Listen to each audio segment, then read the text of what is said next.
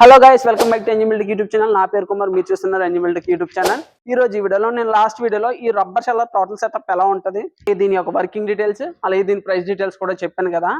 ఇలా ఈ total unit వల్ల యూజ్ ఏంటంటే మనకి ఏంటంటే ఎక్కువ వర్క్ చేయాల్సిన అవసరం లేకుండా జస్ట్ మనం ఇందులో ధాన్యం వేసుకుంటే కిందనే అది తీసుకుని డీ స్టాండర్లో వేస్తుంది. డీ స్టాండర్ ఏమో ఇందులోకి వేస్తుంది అని చెప్పి టోటల్ వర్క్ అంతా చెప్పుకున్నాం. సో అదైతే కొంచెం ఆ ప్రైస్ రేంజ్ లో మీకు ఆ బడ్జెట్ లో మీకు ఈ సెటప్ అయితే వస్తుంది. కొంతమంది బడ్జెట్ కోసం ఆలోచించే వాళ్ళు ఏం చేస్తారంటే, నేను కొంచెం వర్క్ ఎక్కువ దాని దగ్గర నుండి ఎక్కువ వర్క్ చేసుకుంటాను, సో నాకు కొంచెం బడ్జెట్ తగ్గేటట్టు అన్న ప్లాన్ ఉంటుంది అని చెప్పి చాలా మంది అడుగుతుంటారు.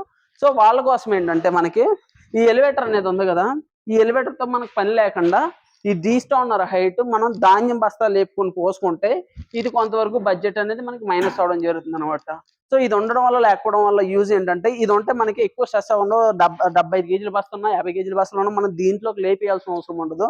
డైరెక్ట్ మనం ఇందులో వేసుకుంటే ఇది తీసుకుని వెళ్ళి డీ స్టాండర్లో వేయడం జరుగుతుంది.